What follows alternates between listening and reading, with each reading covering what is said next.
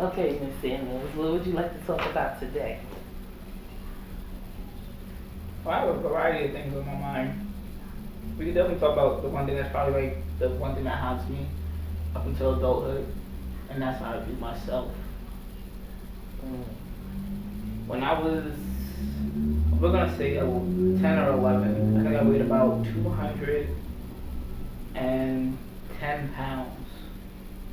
I was really obese, like, well, not like I was really obese, and I just kept thinking to myself that I was always gonna get bigger and Mm. bigger and bigger. And, like, let my mother tell it and let my aunt tell it, I'm always gonna get bigger. So I might as well want my clothes big. I Mm. never really felt pretty at that time. And then I just didn't know how to, like, I guess I'm a tomboy. So I guess I didn't take care of myself the way a girl should, like with the eyebrows and the nails and stuff like that. And I think that, and because of that, I got ostracized a lot as a child, and kids looked at me differently, and it messed with me mentally, like in a sense, like I never felt pretty. Mm. And now, like I gotten past that point, but even as an adult, I still deal with some of that stuff because now I'm 26 and I weigh 210, but you can't tell that I'm 210 according to other people. But in my mind, that's sitting like I'm 210. What Mm. can I do to get rid of that weight? I'm 210. What can I not eat to make me look small? What can I do to get abs? What can I do to get rid of my back fat? Stuff like that. Even though I don't think I'm ugly. Girl, I think I'm a catch and a habit, to be honest with you. Like, girl. But at the time, like, even though that stuff sits with you for life, I'm not gonna lie to you, like, you just sit here, like, because I think when I started losing the weight, because I think by the time I got to my freshman year of high school, I was like 5'7", and I weighed like we're gonna say almost 250, 230, almost 250. And I was sitting like the whole freshman. I got picked on my whole freshman year. I wore baggy clothes my whole freshman year. I still wear baggy clothes, but I'm just saying like, 'cause I just didn't know what to do. But at that point, I had gotten comfortable with being big, right? And I got comfortable with just saying, you know what, it is what it is. Either I make it or I don't, type of thing. And so I just went to my freshman year like that. And then when I got to sophomore year, I wanted to try out for the track team. And for the first time in my life, I didn't feel ashamed with joining. Like myself, I didn't feel ashamed. Like back when I was young, I always wanted to try so much extracurricular sports, but I was afraid that I would get shunned and get picked on or laughed at because I wanted to play a sport, right? Oh, she's too big to dribble a ball. She's too big to swim, right? I can't tell you how many times I went to the pool and somebody called me Shamu. Oh my God, that shit was tragic. Oh, I'm sorry about the courtesy part, by the way. I'm sorry. It's fine. Okay. But like I said, like it wasn't until I got to my sophomore year of high school that I felt I was really comfortable with just being fat. I said, "Fuck it, it is what it is. I'm gonna be fat, I'm gonna be fat." And when I joined the track team, not one person looked at me in the greatest way possible. I said, "I don't really want to win. I just want to do the shot put, we call it that." They said, "We do everything as a team." Meaning, you joined. This was cross country when I joined. They said, "If we run, you run." And I'm like, what? I was like, I was like, what are you talking about? We run 3 miles a day, every day you get time. We're gonna do what we do. We do everything as a team, right? And I'm just like, I took that as a challenge. I said, you know what, fuck it, I might as well try it because the year before I tried out for cheerleading, and that was an epic fail because I have no hand-eye coordination. Like, I think that's one of the things I wish I would have developed, like, growing up, but because, again, I was so self-conscious, I never learned how to dance. I never actually learned like different things. I didn't want to do it because I was too timid, too shy. Even now, I'm still self-conscious about doing it, and that's one thing I love about being on the track team because they said whatever you do, your team, and they really meant that with all seriousness here. Because I remember my first week of practice, girl, I almost fell out. I couldn't breathe. My heart was burning, and I only ran from what's that block right there on the boulevard, right there behind Snyder? I ran from that cut block all the way down to the What, Grant? not Grant, the block that you park on, Mm. something Parkway. Oh, okay. That I ran from there. That's where the little corner. That's where we started. That's where we used to meet. Mm. And I ran from there to the corner of Audubon and Boulevard. Mm. I was floored after that. I couldn't move. But you know what made it real for me? My teammates would run, and they'll just simply, let's go, Shadir, come on, let's go. Mhm. They weren't laughing, no one was finding it funny. Let's go, you can do this. Come on, keep it moving. And not for nothing, that was great. That was motivating. That really did something to me, right? And I felt so good. And then I said, you know what? I could probably change certain things about my diet. That's why I stopped drinking soda altogether. Like I always loved water. I had no problem drinking water. I drink water until I turned blue in the face. Water and alcohol. Now as an adult, water and alcohol. But back then, I could drink water with no problems. But I always had this thing for soda. I wanted something sweet. But then I realized soda didn't quench my thirst the way water did. So I cut soda out my diet. Kept doing the track thing. Got up early in the morning because I was like, I don't know how to explain it because when I was finished with the track practice and stuff, I would be sweating, dripping up like water, like dripping sweat. And I would go get me a small sandwich or something at the corner store. And I would go home, eat it, and then go to sleep. Wake up the next day, feeling refreshed, rejuvenated. Before I knew it, to you, by the end of this, I want to say, I'm saying spring semester, something about college time, but by the end of the cross country season, I went from like 250 to 200 pounds. Mhm. So you lost about 50 pounds. Yes, girl, it was crazy. I was just like, oh shit. I was really excited. I was just like, I didn't realize it at the time. I didn't realize it at the time. And then it just was like really exhilarating. And then like I started doing the shot put, and I started weight training, and then I started doing more like aerobics, calisthenics, like all different types of workouts, right? And then my diet changed because now I went from not eating in the morning to having like an orange and a bottle of orange juice in the morning, right? Lunch I would still eat whatever I wanted for lunch, but I was in high school and I basically lived on fixed income. And my parents didn't give me money, so whatever that $2.50 they could give me for lunch did, that's exactly what I ate. So if I would eat junk food or whatever I could afford with that money, right? So I didn't really trip too much about it. So do you say that the track team gave you like a sense of belonging, so they accepted you? Definitely did. Do you think that's the reason why you felt it was easier to lose the pounds without realizing it? Yeah. Because you was really enjoying what you was doing? Yes, I was excited. It was really nice. I love them to this day, but like every time I see them, we like it's used as if for some of us. I'm saying like the ones I was really close with, it's as if times never changed for us. And I was like, yeah, man, y'all really was helpful. Like Samantha baby father, he's one of the people that helped me lose my weight. But you didn't know that? Yeah, that's why me and Rob so good, because me and his two shot put together. He was the one who taught me how to throw the shot put in the first place. Him and CJ, right? I'm just like, I love them. I said, y'all just so helpful. They're so supportive. But they literally taught me how to throw. They helped me out with my workouts and stuff like that. By the time I graduated high school, all I got done was like 174. So like from 250 to 174 in a matter of like 3 years. That is awesome. Phenomenal. Girl. I said, this is great. I said, I gotta keep up the good work. And it did do something for my self-image in the sense that I view myself even better now. Because at the time I joined the track team, I was content with being big and getting bigger.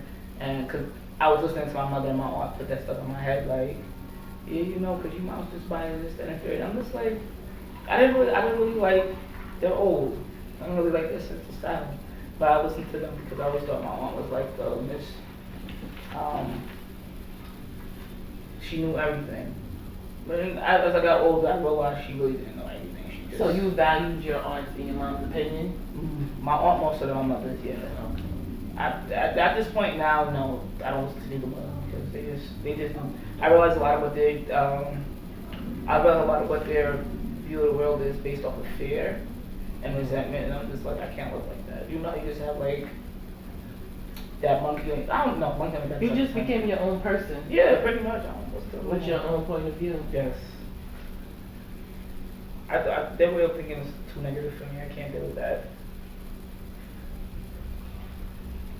Let my aunt tell it. Everybody's out to get you in the world, and everyone's out to get you in the world, and the only way you survive is if you like sit and just like shun people off and close yourself off. And I'm like, I can't live like that. And then somebody always has a motive. Like no one actually can be just a nice person nowadays. Someone always has to have a motive.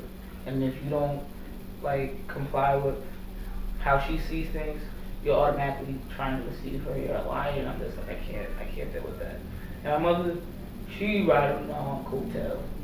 Whatever my aunt says goes. I'm just like, I can't deal with that.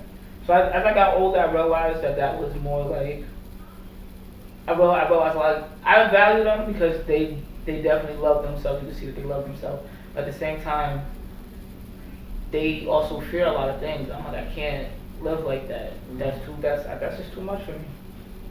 So I decided to take my own route with life. Like, they didn't like it at first because when I first started losing weight, my mother thought I was starving myself. Can you believe that? She thought I was anorexic. I'm like, what? I'm not even hungry. Like, because you realize, like, I was probably eating because I was bored. I wasn't really active. I sat in the house all day watching TV. Now I'm finding something to do every day at school, and it's positive activity. And she couldn't comprehend it because she would sit me down, my mother. She'd be, it's okay that you're losing weight, but you have to eat.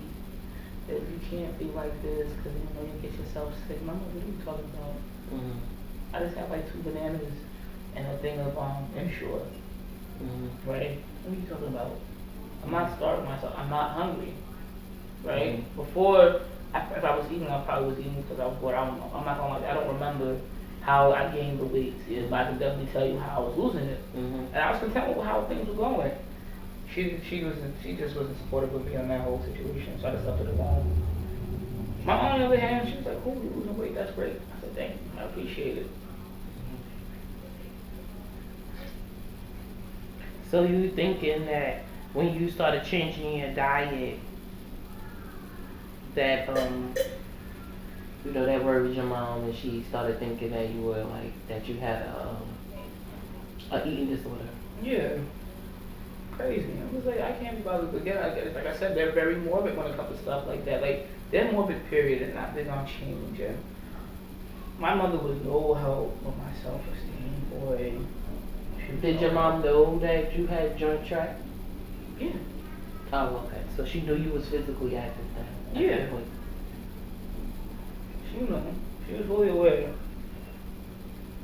She wasn't really too like involved. Like, she's never been involved in my whole schooling life. Like, when I say involved, like, she cares to a certain extent. To say she's not involved is just to lie. I feel like, but she cares to a certain extent. After a while, it's just like, I think we had this unspoken agreement where you don't ask, I won't tell. You'll know that I'm on the track team, call it a day, but I'm not going to sit here and try to tell you about my track meets because I know you're not going to go. But she's never gone to. And I'm not upset about it. I think my family, we're very unconventional. I'm serious. We're very unconventional. We don't do I love yous. We don't do we don't do I love you. We don't do like hugs and kisses. The only time we really get together nowadays is if somebody dies, or if somebody dies. We probably do like one positive function every few years. The last one was my sister's baby shower, and my niece is 3 now, so Jesus. That's how that worked out. So when you say the word unconventional, in terms of describing your family, you only say that as far as when it comes to y'all getting together, or is there other aspects to that? Well, we're basically, we're not the Huxtables. We're not the Brady Bunch. Even though my mother had 6 kids and my father was there, we're not the Brady Bunch. In a way that's funny because I would compare ourselves to the Brady Bunch. Because you know how the Brady Bunch had that square and it's 9 people. That's how it was for us back in the late 90s, early 2000s. Because it would be me, my mother, my father, her 6 kids, right? Like, my father was of course our father, but she had like, mom got 3 baby fathers. Oh. So my dad was her last baby father. She had 3 kids on him, so in total she had 3 girls, 3 boys. I'm like, well, just like the Brady Bunch. All we need is an Alice. At the time, Alice for me was Miss Irose, because my mother back in the day, that's another thing that is unconventional. She just sometimes is too nice to the point where it makes no sense. So, you know, I'm from Antigua. My family and stuff come from Antigua and Barbuda, right? So back in the early 2000s, late 90s, we would have people come from Antigua to come stay with us for whatever reason they have. Whether they come to get their citizenship, or they're just coming for a holiday or whatever they have. So Miss Iris was one of the people that she was there for like a good 3-4 months, living with us, and she was just like Alice. doing all the laundry, cooking, cleaning, and stuff like that. My mother was down at work, they're helping out with the kids, and I'm just like, I don't like her. Why do you have it? Oh, she just had to do her paperwork. She did hush. Say no more. I was going at that. But yeah, my mother would do stuff like that because she wasn't Miss Ira wasn't the first person to come. A lot of her friends, friends would come and stay with us for a little while, and then they leave and they go wherever they go and come back. Right? What else? What else made us unconventional? My parents were never married. They were never married. Really? At this point, by the time my father passed, my mother, you could consider them being common law. Common law kicked in with that way because I think it was like after 10 years. So how long were they together? My father passed when I was 19. They said he was around before I was even born, so we're gonna say about 22 years. Wow. Yeah, that's definitely past. They told me that. I was like, what? That's a long time. So Jesus. growing up, did you think they were married, or you knew that all along they weren't? You know what? I'm not gonna lie. I didn't think much of it until I think one day, the whole thing presented itself that I realized that my father was not my brother and sister's fathers. Because again, one of them is unconventional. Don't judge me for this, but we called our parents by their first names. Oh, everybody did? Everybody did. And I did. And at the time, when I was born, because there's a 10-year gap between my brother and myself, and my brother and my older siblings are all my mother's kids. My younger siblings and myself are all my father's kids. So at the time we were born, they were calling him his first name because that wasn't their father. And my mother, for some reason, had them calling her by her first name. So by the time me and my siblings were born, we just copied everybody. This is Maylin, this is Veer.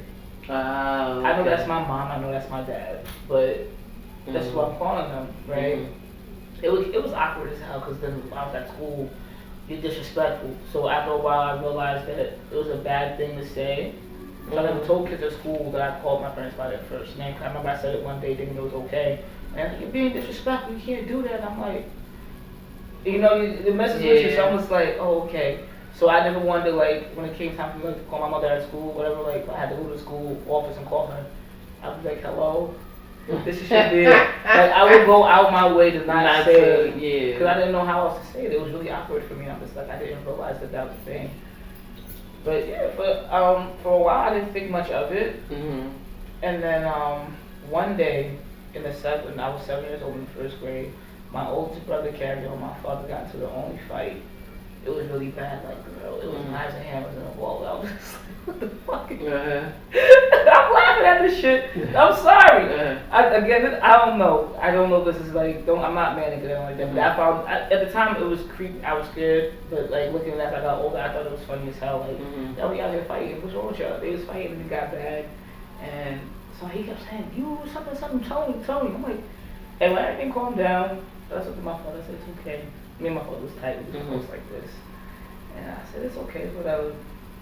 I said to him, I forgot what I said to my father, but I said something, and we was good, right? That's the first time I saw my mother give my father a kiss. I'm like, you guys are weird. Again, I was because we don't do stuff like that. So I was just like, I know I want situations like this now, because that's what made me uncomfortable. I'm like, you guys don't do this. I'm used to my parents arguing and cursing each other out. I don't see this affection. This is weird. And I asked my mother about everything calmed down. I said, who's Tony? That's your brother's father. And I'm like, what? My dad's not their father? No. See? I was just like, wow. At that point, that's when I realized that my sibling, that's when I learned, we didn't have the same father. I'm like, that's that why? I didn't realize until we got older, that's why we was calling my parents by their first names. Because at that point, it made sense. We just copied them. We didn't know. So, when I found out, I was just looking well, what does that mean? They gonna leave us now? They're gonna go with their father? I was really confused about it for a while. I was I shrugged it off. And I kept it moving. And he's not my brother left. He ain't going anywhere. We was all still living in the same house. I'm just fuck it. It is what it is. But it was weird for me. I was just this is funny. And then as I got older, that's when I realized that this family's not the typical family. We a little bit off in the head. But I said, it's okay. We make it work. We make it work. My parents, oh my God. Not for nothing, they made me not want to get in a relationship with nobody because they used to argue like fucking cats and dogs. As we got older into our teenagers, they was still arguing, carrying on, and I'm just looking at them like, at the time, when we were little, it was different when you were little because when you would cry, thinking that they're not coming back. Mhm. Now it's always icy. My biggest fear was always one of them not coming back Mhm. when I was little. And as I got older, I'm just like, I need to break up and call the fucking day. You just go your separate ways, call it a day. Like, what's wrong with y'all? I aggravated. Stop this. Because seriously, they'll sit and they'll do a whole shower match. And my mother, she's more theatrical. She was always the person that had to have like the floor and make a scene and stuff like that. Mhm. My father, he was mad, chill, laid back. And they were just, for some reason, they'll just find something to argue about and they'll just keep screaming and carrying on. It's like, I can't do it because I can't look at this. If you're gonna, like, my mother, the shit that pisses me off, my mother, she'll bring us into the arguments, the kids, right? My father's kids. Oh, Shabir, oh shit, Ishmael, I need y'all to come into the room. Man, leave us alone, we're trying to sleep. No, I need y'all to come right now, support it. Nigga, it is Saturday. I want to sleep, right? I have How to old were open you it. at this time? Honestly, shortly, I don't remember. I was a teenager at this point, Teenager, though. okay. Definitely a teenager, like 13 at least. Mhm. Definitely, yeah, 13 at least, the minimum. But I felt like I was in high school at the time, and I'm just looking at her, and she's like, I can't do this no more. You guys gonna have to, your father's gonna have to, if you wanna go with him, you can. I'm not gonna judge you. I'm just looking at her like, real talk, let her have a moment. Mhm. Because that's what she said all the time. Mhm. And then we go about our business. I said, not for nothing, I really would love for you to break up. I didn't say it out loud, but I was thinking it. Oh. I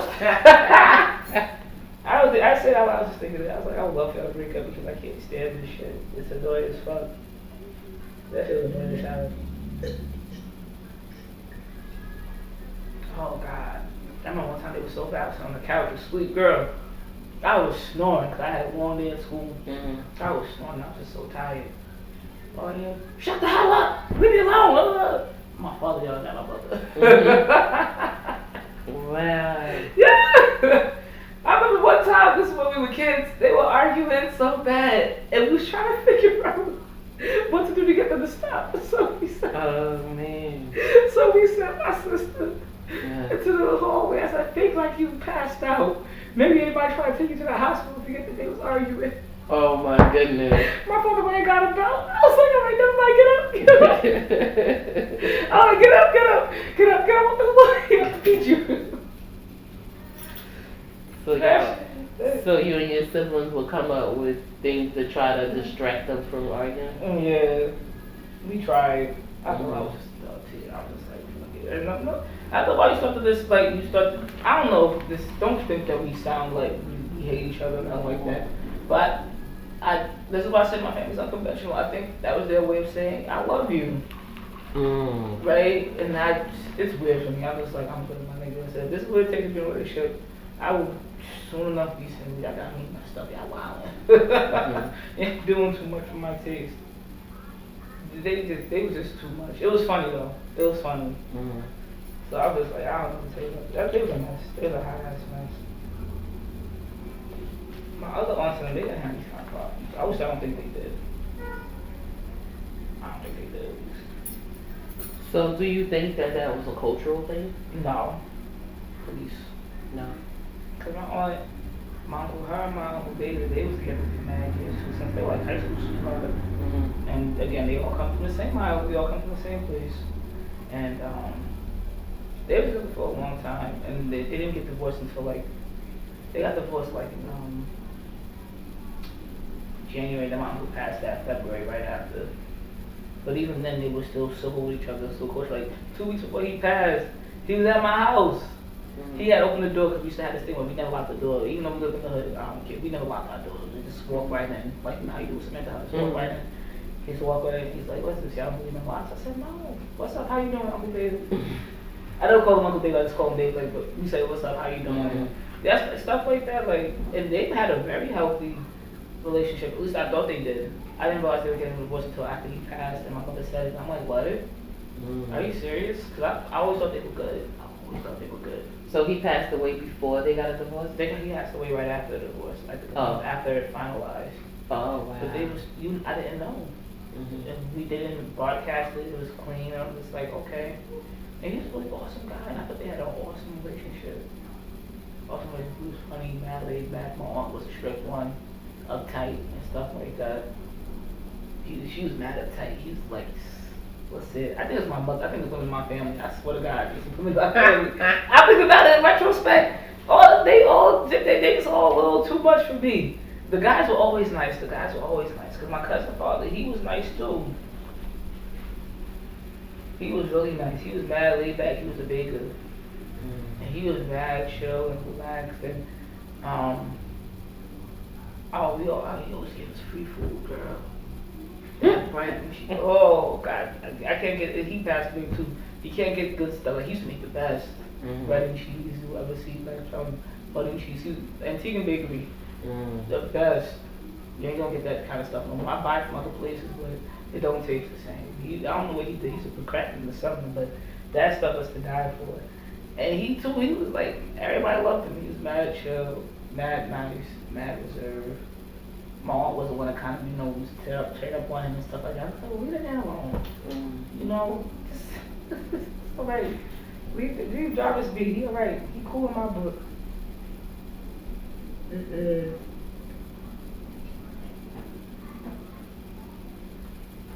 So, What's up?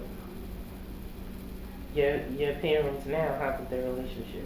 My father died, I told you. Missed that part of the conversation. No, I heard that part, but there's other people who's going to watch the video, they don't know that. Oh, okay. Well, my mother, she good. When my father died, she kind of went off the deep end a little bit. She disappeared for like a month. Well, she didn't disappear, but she disappeared for like a month. She went to Antigua to go bury him. I didn't want to go. I was just like, it bothered me enough, so she went away for like a month, and I'm just like, I was so mad at her. Because when I came, that was my freshman year in college. And when I came home, my younger siblings were just running around as if nothing. They were just running around stupid. The house was a mess. Things needed to be done. My little brother I had to help my little brother with, like, because they were still in high school. So I was like, how to run the house and stuff. And we tried to get the Social Security going, my father's benefits, and then, simple stuff like that. Take care of his truck, figure out what we're going to do with it. If we want to sell it, keep it, this and that. She was just sitting at the fucking bump on the wall in Antigua somewhere, grieving. I'm just like, you have 3 kids that you gotta be strong for. You see, it just disappearing like, alright, you lost, but we lost too. I said, it's my younger brother. He was only 16 when my father passed. I said, that hurt everybody, first of all. So I was like, hey, she pissed me off. But we worked it out, we figured it out. My older sister came, helped us out. She helped me with the Social Security benefits and stuff like that. She helped me with my younger brother getting back in school. But he didn't drop out of school, nothing like that, but helped him with his extracurricular activities and stuff like that, signing him for the little programs and whatnot. My sister as well, we helped my sister out with whatever she needed. And guys, I was going to figure out what we were going to do with my dad's truck, put the truck in my name. Then my mother finally came back and was like, alright, you're back. But she was still carrying all that stupid. Girl, one day I let them have it. I swear to God, I let her and my sister have it. Because that was like crazy. They got some selfish ass people, boy. They selfish as hell. Usually I was doing all that stuff for my benefit, for my health. And I'm just like, I'm trying to do so we can help each other out. Cause I know, you could tell like when something changes in the family. And when my father passed, it really did mess us up. Because it's like, we were good. He was here, we were all happy, right? He not here no more. So, and I saw it, like I could see it was bothering everybody. Cause my sister, she was just like sit in her room sometimes and not come out.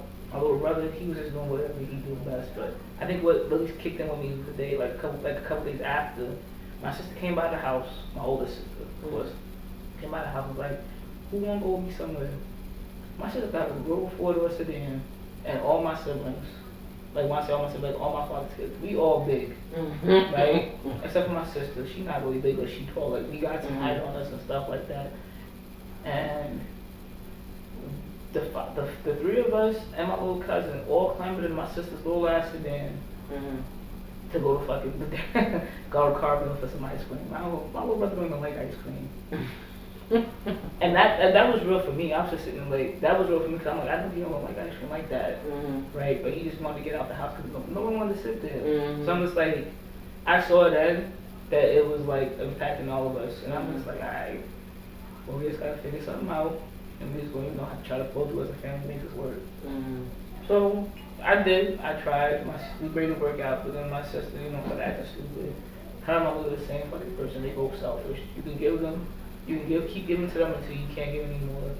And there's no thank you. I appreciate it. They always kick your back in. Girl, one day I was sitting there looking at them. I cursed them fuck out, boy. I told them off. There you go. That's 30 minutes.